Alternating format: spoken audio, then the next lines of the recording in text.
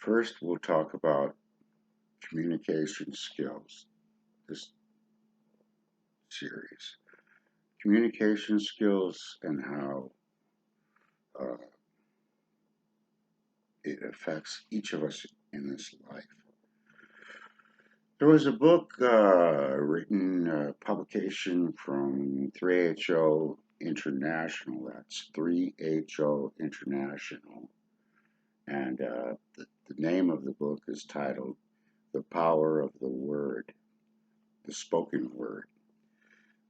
Harbhajan Singh Puri is the author. He was not only involved in many Eastern teachings and administration in the Council of Sikhs, he was a doctor emeritus in several areas besides his honorary doctorates. Economics was the one he is well known for. So the book is called The Power of the Word, The Power of the Spoken Word, and it's about communication.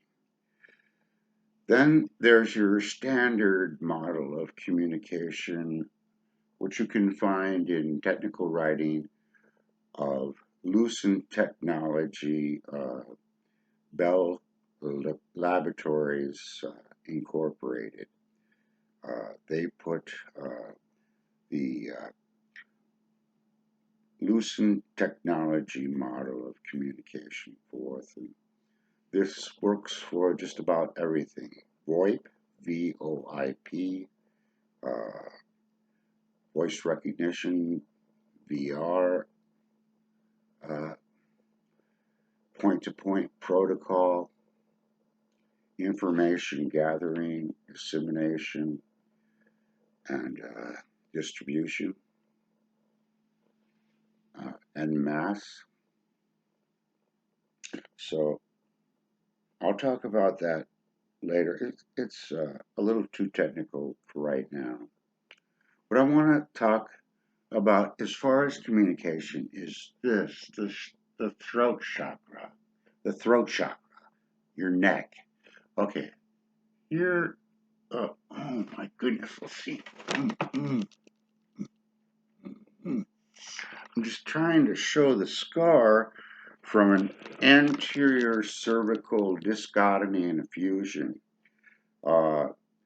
It's what happens when you have extreme spine injury due to a number of causes. Mine was stenosis, which is a degenerative osteoporotic condition. Others, a car accident, whiplash, any number of things can put you in that criteria. So, Dr. Deshmukh, a very world-renowned neurologist, and his associates did the procedure, and that was October 19th, the year 2012. There was 7 hours on the table. Then I was carted to post-op, and on the way to post-op, I had to be brought back to the OR. They had to make some minor corrections, and then I was taken back to the OR, and then eventually down to intensive care. So that was quite an experience. My case manager at that time in Madison, Wisconsin, had the same condition, oddly enough, and we communicated a lot, Richard and I, on all kinds of things. Really a great person, and Richard dealt with his condition in an entirely different manner. So Richard Zietko, an MSW and a licensed clinical clinician. He worked for Porchlight in Madison, which is an outreach program for those in need of some type of community support, whatever brought them to that point. So I had the surgery.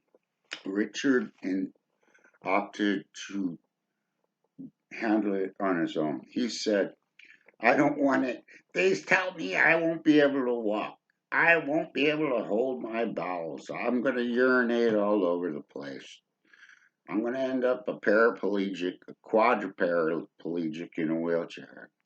And unfortunately, that's pretty much what you're up against when they tell you that's what when the neurosurgeons tell you that's what's just got to happen, or it's going to get awfully bad. So I had already started losing my peripheral senses, the nerves, the brachial nerve, the pulmonary, all the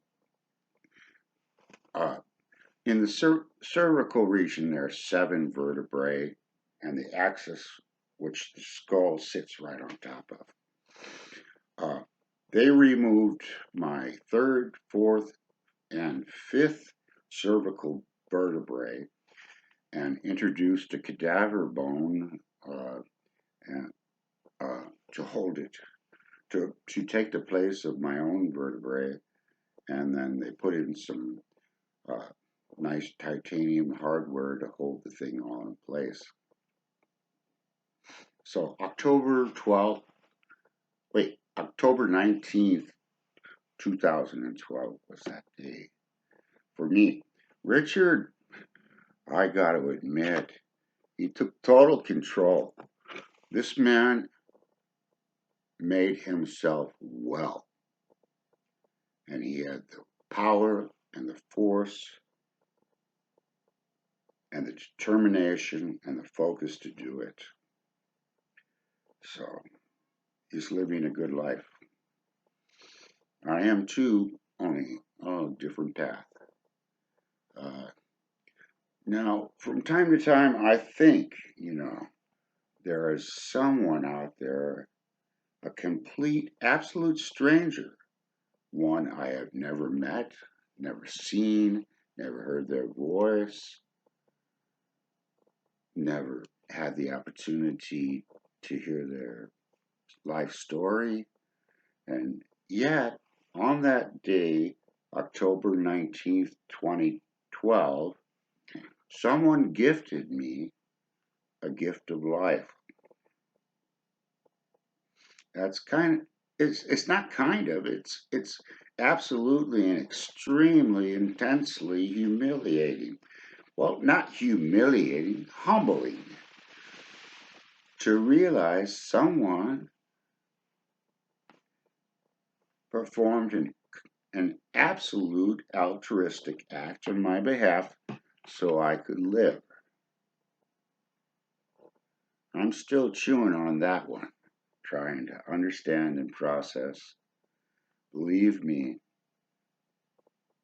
that's a 24/7. 24/7. Never forget that. Every day. Lucent Technology, Bell Laboratories, their model of communication, you can look at it in a data spreadsheet, a flow chart, and that really makes it a lot easier. Otherwise, you're going to have to read about 600 or 700 pages. So I just get a diagram of that flow chart and peruse that for a while, and that should help you with all kinds of things, especially IT related information technology.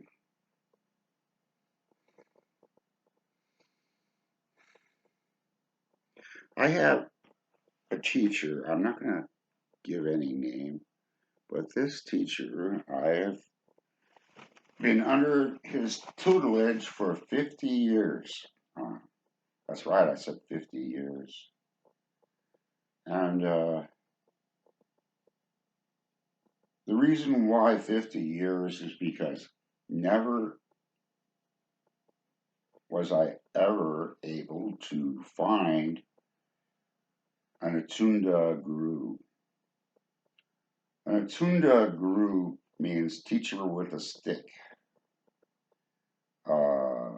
In in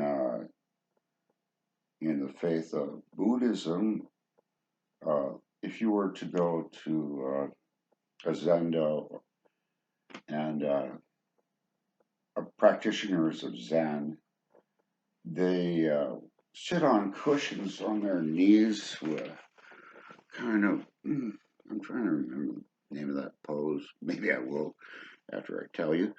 They sit on cushions and they are absolutely still and silent and in deep meditation.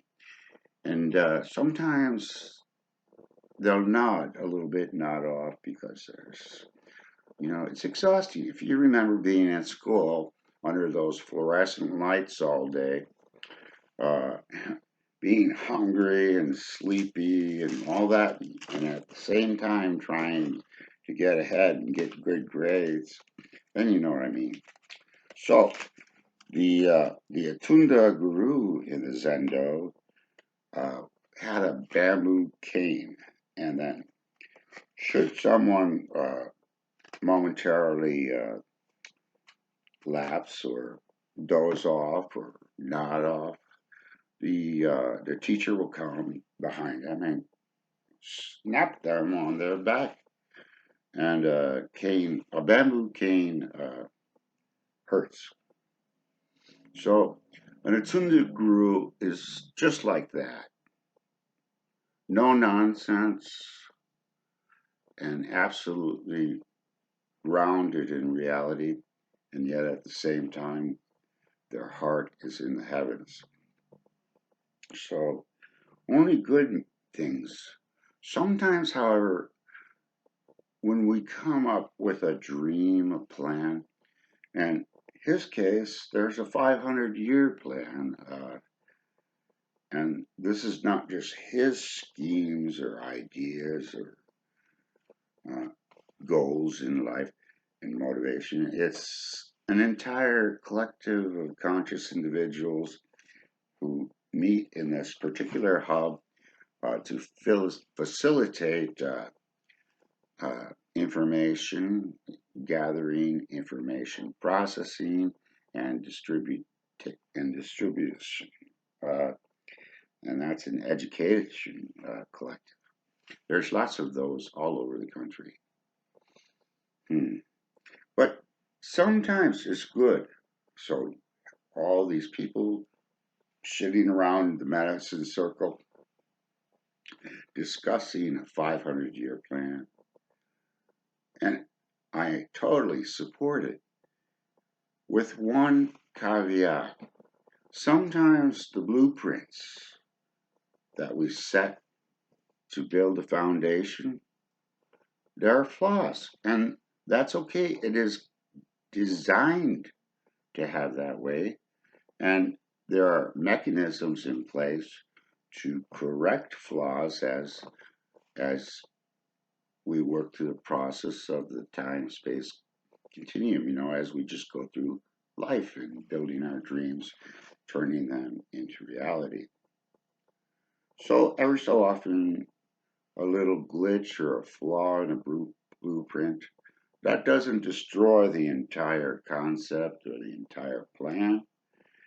What it does is it just indicates a moment that you pause and you correct that little error and then you carry on with your dream. So it's that simple. Shut down.